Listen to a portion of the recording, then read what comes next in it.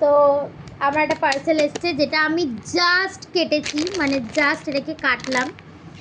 দেন আমার মনে হয় যে না, আমি এটার একটা ভিডিও বানাবো, তো জাস্ট কেটেছি। চলো তোমাদের সাথেই বার করবো বইটা, ক্যামেরাতেই দেখাবো ফার্স্ট। চলো, ঠিক আছে।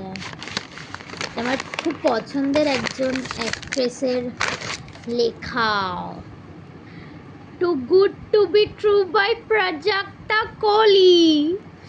তো খুব পছন্দের অ্যাক্ট্রেস, খুব পছন্দের, মোস্টলি সেন, আমরা সবাই চিনি তাকে। আমি চিনি তাকে মিসম্যাচ থেকেই, কিন্তু তার অ্যাক্টিং আমার খুব ভালো লাগে। ইনফ্যাক্ট আফটার দ্যাট আমি তার ইউটিউবের সব ভিডিও দেখে ফেলেছি।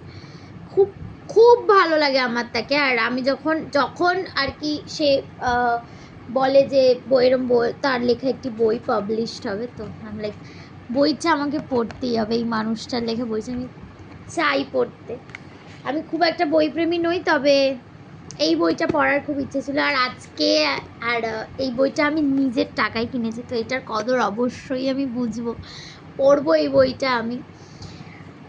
আজকে থেকেই শুরু করে দেবো, মানে জাস্ট আমার কাছে আজকেই এসছে পার্সেলটার, আমি আজকেই আনবক্স করে একেবারে পড়তে শুরু করে দেবো। তোমাদের সাথে অবশ্যই রিভিউটাও শেয়ার করব। এখানে একটা সুইট নোটস রয়েছে। I hope this book sets the romantic bar in your life so high that everyone you meet brings a ladder to the first date. Don't settle for less cutie. Love you and I love you too. আমি ভীষণ ভীষণ পছন্দ করি প্রাজক্তা কোলিকে, ভীষণ, মানে রোহিত শরাফের থেকেও বেশি পছন্দ করি। যাই হোক, তো চলো আজকের জন্য এতটাই।